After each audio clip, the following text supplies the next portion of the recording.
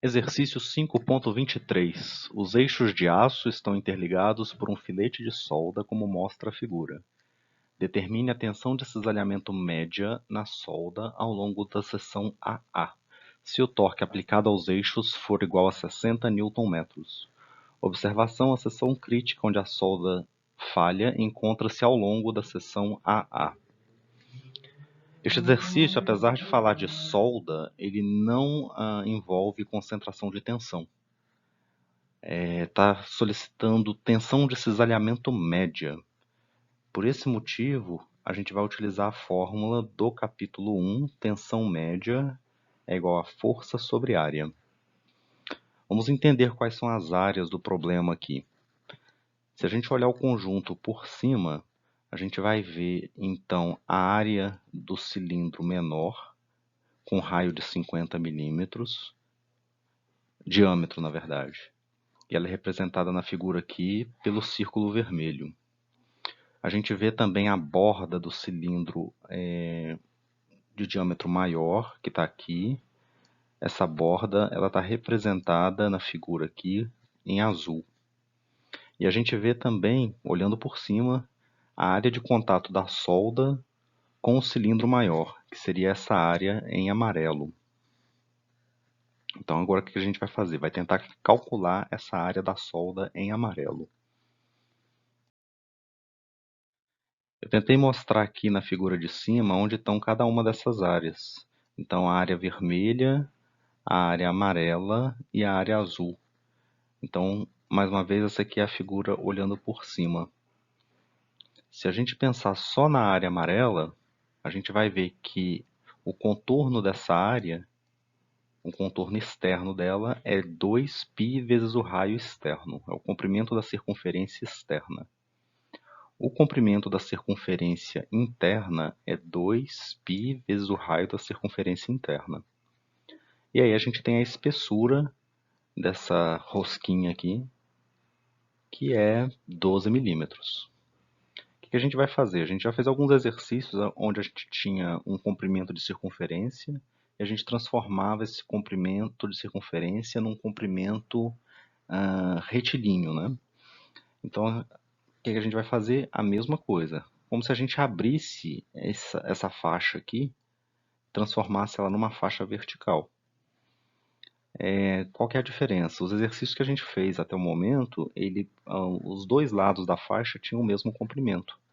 Nesse caso aqui não. Nesse aqui, um dos lados da faixa vai ter o comprimento 2π vezes o raio externo e o outro lado vai ter 2π vezes o raio interno. A espessura da faixa continua sendo 12 milímetros. Como é que a gente calcula a área dessa faixa aqui? Da mesma forma que a gente calcula uma área de trapézio. Lado maior mais o lado menor, tudo isso multiplicado pela espessura, 12 milímetros, dividido por 2. Então a fórmula está aqui, ó. Essa é a área da faixa.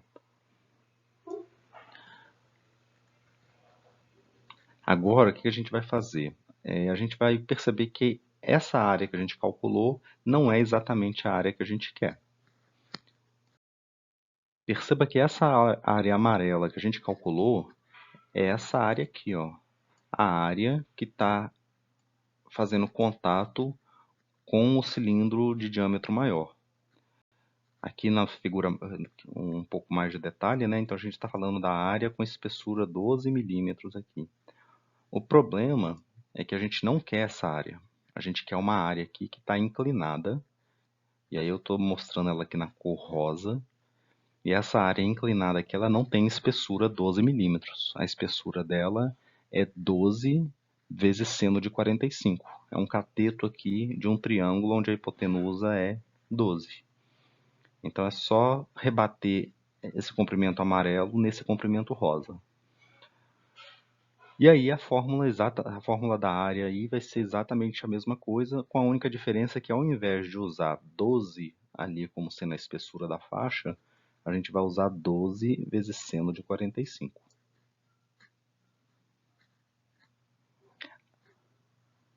Certo, agora a gente vai fazer algumas outras simplificações aqui no próximo slide. Essa aqui foi a fórmula então que a gente obteve. A área inclinada é igual a 2π vezes o raio interno mais 2π vezes o raio externo, tudo isso multiplicado por 12 vezes seno de 45 dividido por 2. O que acontece? A gente vai verificar aqui que o raio externo dessa faixa amarela, ele é o raio interno mais a espessura de 12. Então a gente vai substituir aqui, ó, o raio externo, vou substituir por raio interno mais a espessura de 12. Vou aproveitar e vou tirar esse 2πr em evidência, ele vai ficar fora do parênteses ali. Quando eu fizer essa soma aqui dentro, eu vou somar 2 vezes o raio interno. Então aqui, ó, 2 vezes o raio interno mais 12. E aqui embaixo eu tenho um dividido por 2. Então, aqui dentro desse parênteses, eu vou dividir por 2 e vai ficar, então, ao invés de 2 raio interno, vai ficar só raio interno. E ao invés de 12, vai ficar 6. Então, essa aqui é a fórmula da área inclinada, onde atua a força que vai causar cisalhamento. Agora a gente vai, então, calcular essa força. Então, a gente já tem a área inclinada.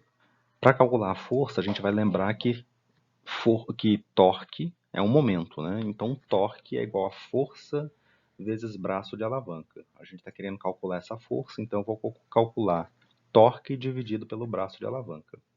O torque a gente tem o valor de 60 Nm. O braço de alavanca ele vai do centro até a metade dessa área amarela. Porque a gente está tratando aqui então da metade da área ali. Então, o braço de alavanca é a distância do centro até a metade da espessura da área amarela. Então, como eu calculo isso? Raio interno mais metade de 12, 0,06. Então, eu faço aqui, ó, força é igual a torque dividido pelo raio interno mais 0,06. E aí, com isso, a gente já consegue calcular a tensão de cisalhamento média no próximo slide. Então, a tensão de cisalhamento média é igual a força dividido por área. A força a gente tem aqui, que é o torque dividido pelo braço de alavanca. E a área que a gente está considerando é a área inclinada.